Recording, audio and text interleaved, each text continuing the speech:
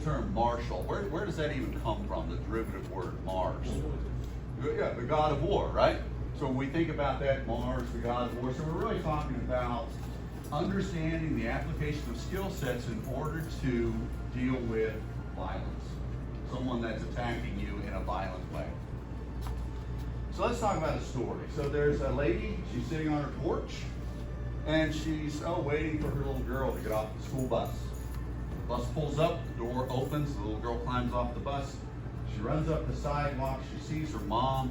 Her mom gives her the big hug, you know, she's 10, she's a cute little kid. In the door, the mom and the daughter go. The daughter runs upstairs to put away her bag and maybe put her books away and whatnot. The mom's preparing dinner. So mom goes back to the kitchen. While she's preparing dinner, all of a sudden from behind, strong hands grab her. And she realizes those hands aren't her husband's hands. And as she spins around, she scratches his face and digs her nails into his face. The guy screams in pain. He grabs a knife that happened to be on the counter and he jams it into her neck, and she is dead. That's violence. Let's rewind that same story.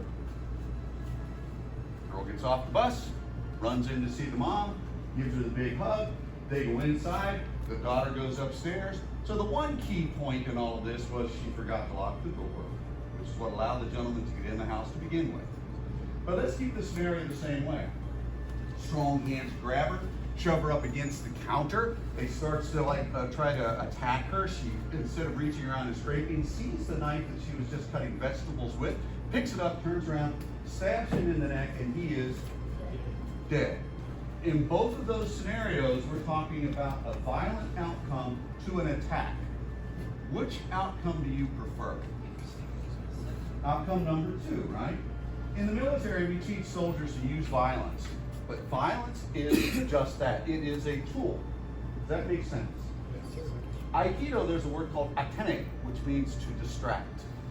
And many Aikido styles don't teach this. And yet, Sensei, Ueshiba Sensei, said that the most important aspect of Aikido was atene, to distract. So kicking someone in the groin, doing an elbow strike, shoving a thumb into an eye, striking an airway, doing something that causes pain causes a response. I had the pleasure of meeting Ed Parker several times. I actually won a grand championship at one of his tournaments. I think Sean probably made the damn trophy. But at Master Parker, a lot of the skills that you guys do are really deflect, block, attack, and create some sort of a distraction to allow you to maybe come down and then drop into a groin. That's a zipper down the sternum and hit the guy in the groin. Is what I'm reading when I watch that. So that's atene, that's distraction. So what we'll do is I want to try to do some joint blocks, but rather than just joint blocks, because I know Sean is supposed to be teaching kickboxing. So we'll take a little bit of this kickboxing idea and understand how to try to make that kickbox. He's got a mean look on his face. I don't know if he's kind of scared. He's listening. And try to apply this kickboxing principle with an Aikido finish. Everybody got the idea? So Bruce, come on out. Everybody knows Bruce. Bruce Bruce has been my student since we were freshmen in college.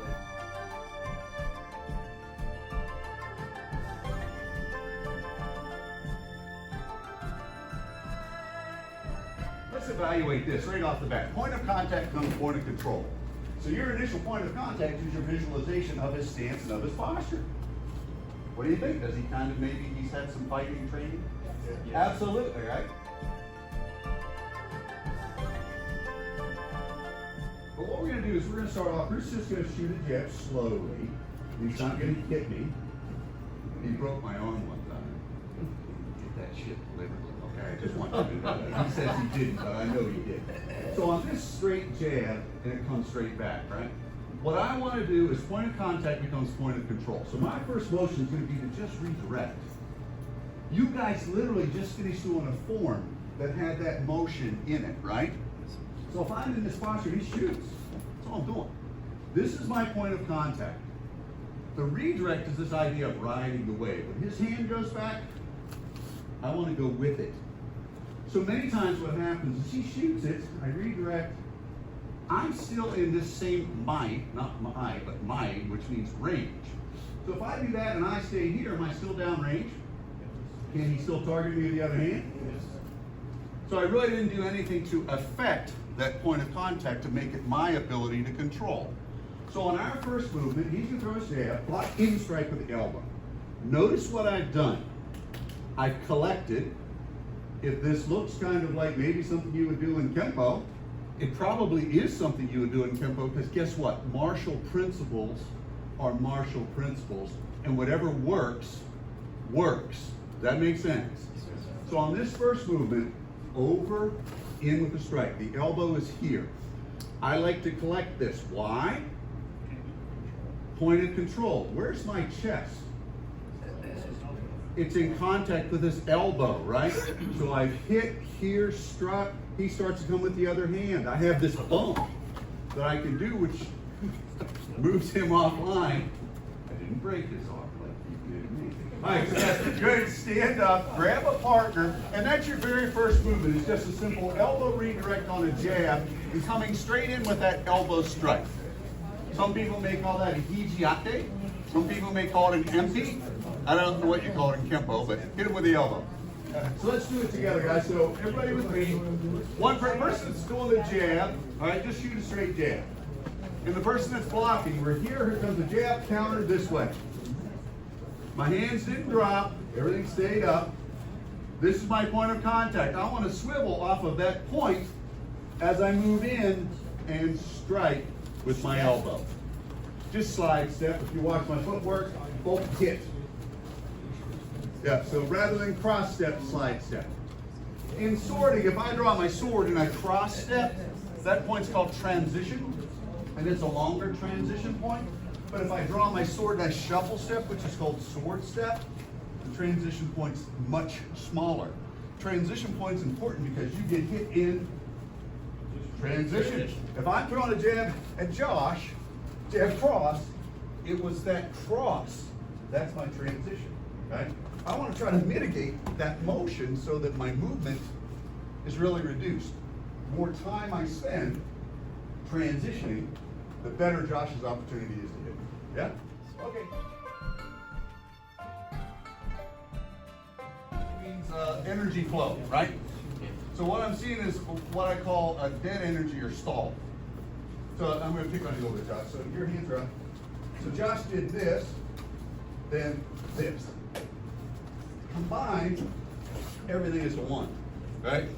So this creates what's called arm entanglement. What's he want? He wants his arm back. Boom. Okay, I'll give it back to him. So combine, Josh, let me pick on you. So if we have energy and we allow energy to stall, he can reset his stance and position and resist the movement, right? So what I want is if I have this dead energy and I don't allow it to stall, I'm able to control this guy in many ways to create stuff that allows me to make Josh move, right? So let me do it one more time. 1, 2, 3. Now I want you guys to look down low. I'm doing something with my stance and position that maybe you didn't see, right? One knee is slightly on the outside aspect of this. The other knee is behind him. You guys have a thing on your patch that says TCB, taking care of business. Once you are done this motion, you can do an Elvis bump, which turns Bruce away. The Elvis is that. This is an aikido movement. It's meant to take his stance and turn. Gives me his back. Yeah? Okay, play with that. So the movement is 1, 2, 3, and then Elvis. Gently. Yes. Sensei, one more time for the ending part. Sure.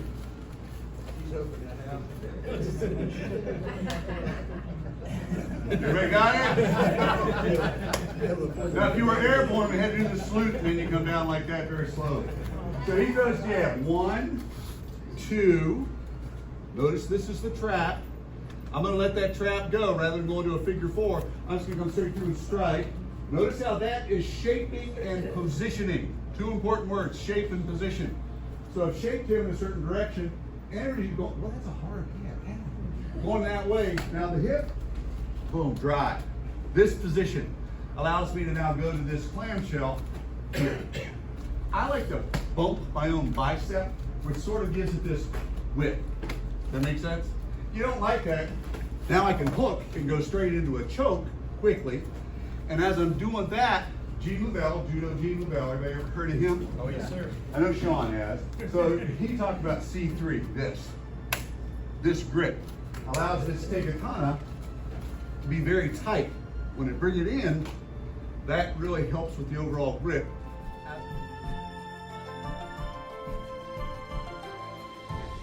So I have to do this initial bump. That creates that movement where he tenses down. And I want that because it's going to increase this pressure. That strike, if we're looking at the finishing on this, he's going to turn his head away from this strike, which allows me to now come to the nose, and I'm going to twist the technique. This was a samurai technique that would allow the samurai not to get to his daicho, his dual swords. Because you can reverse draw a sword. If he's coming in, I cut. Now all of a sudden I'm doing all that with a short sword, and he's pretty much dead. But where did Aikido come from? It came from that. It came from the very violent martial arts of the samurai that were highly effective. When I move that outside line, what's the weapon I have to be concerned about? The other hand. What about his bottom leg? Right. So what I want to do is think of this pivot in place and bring the elbow up high. What did that do to him? It turned him. What's my natural counter weapon? The kick, right? So as he's starting to kick, I'm going to carry that over into this arm bar. So this is called aikido or ikajo, means first teaching, first principle, first control. A lot of times you'll see it done like a shomanuchi where it's done this way, which is kind of silly. I don't see people do that, but sometimes they will. You can be attacked any kind of crazy way, right? In combat, I've seen some of the most effective techniques, or better yet, even in a dojo. You're sparring a white belt. He does something, you're like, what the shit was that? It's nothing that you've been programmed or processed to understand because it's an unconventional attack, but you still got your nose busted and you're bleeding. So it doesn't matter because it still worked. So guess what? You lose on that scenario. The white belt beat the black belt, right? So what we're talking about is just ikajo. He's coming, shift, come into the elbow, and we're turning it. This whole motion here, where's my elbow? It's under, right? It's connected to my body. It is not out here. I was a dock. If I wasn't in a helicopter, I was flying a desk, okay? Bruce works for a living. If I'm out here, resist that motion. I can't do anything. When I connect it to me, all of a sudden I become Herculean in strength, okay? So it's just simply this idea of 1, 2. He's reaching. Oh, this would be a first control. Now do it with the other hand. Here, oh, same thing. From first control, what's he want? Now you want to come back up when I'm doing that. See that natural bounce? It's a bounce. Okay, now we got a second control. Now back to first control. So that I'm understanding how to do the control points between what is his natural motion. He's riding the wave. Right? I want to surf.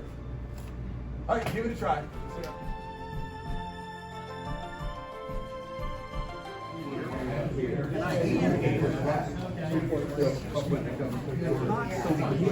If I start knowing about what's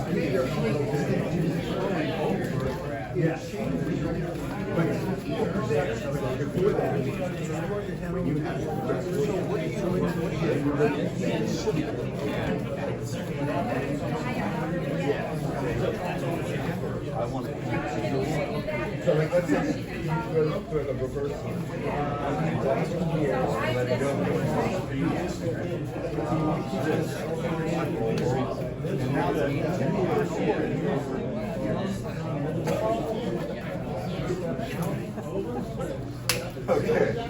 okay, well, let's see. Okay? Just make that contact. I have finger control point here. If up here, I can create this motion. This looks like nothing, right? This isn't a joint lock, but what if I involve 2 joints? Now all of a sudden it's a joint lock, right? So I'm taking it down, go ahead and get up. Right? So, one of the fingers, create my fulcrum, that's my angle. Look at that, we're learning some stuff here. We're gonna get up in that 40th education where this right here, we're gonna be at least 39. Because this motion is good. I can also take this, stand back up, and turn it to steer him. So say there's a guy over here that was in my way. I don't like you much. Right, I'm gonna guard against this guy. He looks spooky. Right? So it's not that strength on strength. It's this idea of cutting into that joint. Right? This becomes my knife. If he is resisting, the tip of the sword is his elbow. Oh, okay, he wants that in. Maybe he wants to turn that way. Oh, now he wants kotegayashi. He's going to give me Sankyo. So all of those movements, see that his wrist is in a compromised position? And when I lock all this in, Josh doesn't like that he's tapping my leg. He wants to take my leg, I can tell that, right? He wants to go for the leg, I'm going to drive my knee. That's the balance. He wants to come up, okay, kotegayashi. So now all of a sudden I reverse that energy, intercept position. This grip. Try to punch. It's difficult, right? He could still get a piece of me, but I'm coming under that elbow and creating that motion to basically just launch him. In Aikido, we can do controls. This thumb. Now, when I do that, I'm coming under. That creates Hijishime, which is this, locking him. I'm not pushing down. I push back. That way is very powerful. If he bends, okay, fine, he likes that. We'll give him Nikyo, he likes that worse. Where did my hand automatically go without me telling it to do anything? Kotegayashi. And I will tell you that after that, my fingers would go into a third control.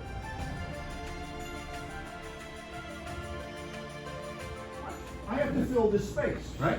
Boom! Have I filled the space? Yes. His hand's probably going to come up to do what? Because he just got hurt. Boom, he'll bring his hand up. I'm going to do is called lacing. Notice, again, where's my hand? Where's his thumb? The motorcycle, and notice how this is down by my hip? You notice that? So when I strike, now I'm coming under. I like to grab my own gi. This bone is coming under his tricep, and I'm just going to lock this out. And we call that the Aikido bitch grunt. Okay? When you hear that, you know the technique's working. Like, and you can control it. Like you can change the vocal tone, make it higher and lower. So you want to develop a course? 1, 2. Now this doesn't work as well, but if you grab your gi, your jacket, your shirt, your belt, punch me with your other hand. Okay? He wants his arm back. Let's give it back to him. Figure 4. It's to me. Can he kick me? He can, right? I'm certainly open for that. What if I think of this as a sword, and that is to take a katana, and I tip that sword out? It moves him away. So one more time. Second control. Kotegayashi. Sankyo. And if you move it, you can go down now to your arm lock. Okay? 4 very basic little training drill. You can do it with the kids. It's fun. Be careful. Let's see what you guys do. Let's do it together. Make that work. Yes. Okay, everybody with me? So it's a cross grab. Everybody say ryote. Katate. Tori. Everybody go, ooh. Okay, that just means cross grab. Here's something better. Diru. Urimon. Urigasmasu. One more beer, please. Okay. So from here, I'm going to make the connection. Nikyo. Now I'm going to unwind it. Kotegayashi. Cross fingers. Sankyo. Extend arm. First control. One more time. Let's do it together. Yes, please. He grabs. Nikyo. Kotegayashi. Sankyo. That's what you say when the students pay you for their monthlies. Thank you very much. Right, and now from here, down to a first control. Good, let's do it again. We're gonna do this 5 or 6 times. Because this is a good drill for you to sort of start to understand some connection. Cross grab. Nikyo. And there are thousands of nuances to this. I had some guys over here going, well, I'm doing the same thing he did, but it doesn't feel like the way he did it. Yeah, I would argue that probably if Sean kicks you, he's going to feel a whole lot different than if a white belt kicks you. I'm here. 1, 2, Breathe.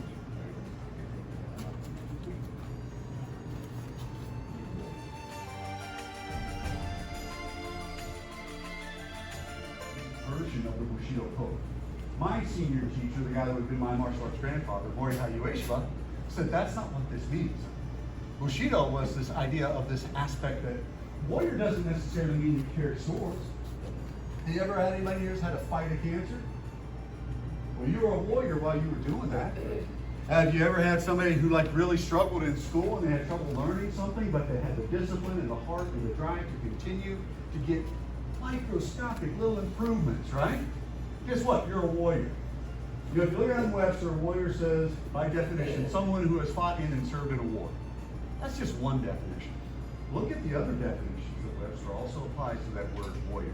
So Sensei said, utilizing this idea of Bushido and the way that it was being propagandized during World War II to create this crazy fighting affect was really a bastardization of what Bushido was meant to be.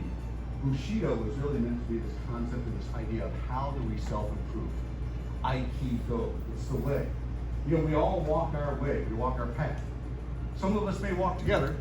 He and I for 40 years have been walking together, you know, as a student and teacher. And sometimes I'm the student and he's the teacher, right? Because I can't drywall worth a hoot before he's good at it. So bottom line is, that's the whole concept of martial arts. Kenpo is this idea of trying to understand this way. You know, your two symbols, I think it's what is it, the dragon and the tiger, right? I think one is strength and one is justice or something, or how's it work? Strength and wisdom. Strength and wisdom, okay. Sounds like strength and honor, okay? So these aren't new concepts, right? So when you're thinking about martial arts, think of it in that sense. It's a way to grow, make yourself better, make your communities better. Yeah, Mother Teresa said, if you want to have world peace, love your family. And you guys, I feel like I'm part of the Kenpo family. I love you guys. I hope you have a good day.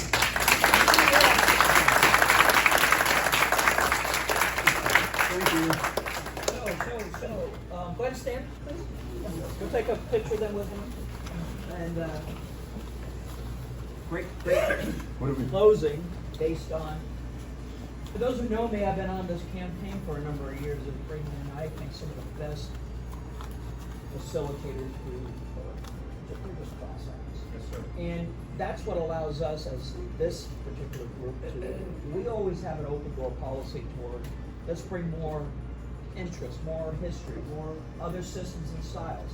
If you take the word Kenpo and hold your hand up like that, and you spell it Kenpo, it stands for keep every new principle open. And so we want to honor you as part of this year's Zen of Kenpo 1. That's the first thing. The other part is I communicated with Mr. Dave. He's now part of our alliance. So welcome it. You guys we're asking you to bring a part of the alliance. And as Kim Bulot and I talk about in regards to what this whole formula of Zen is about is just open your arms and let's see who we can bring home. We'll welcome them home, right? And so friendship, I mean, we've known each other a very long time. And it was always one of those things. And I remember the day when that picture you sent me of Mr. Parker is the day, it was at Mr. Condi's tournament in Baltimore. And he was talking about the trophies that Sean Party built them. There was 81 6-foot trophies that I built. And they were marble based. And I'm not 6 foot. That's just the grand champions, and he was one of the winners. So, Mr.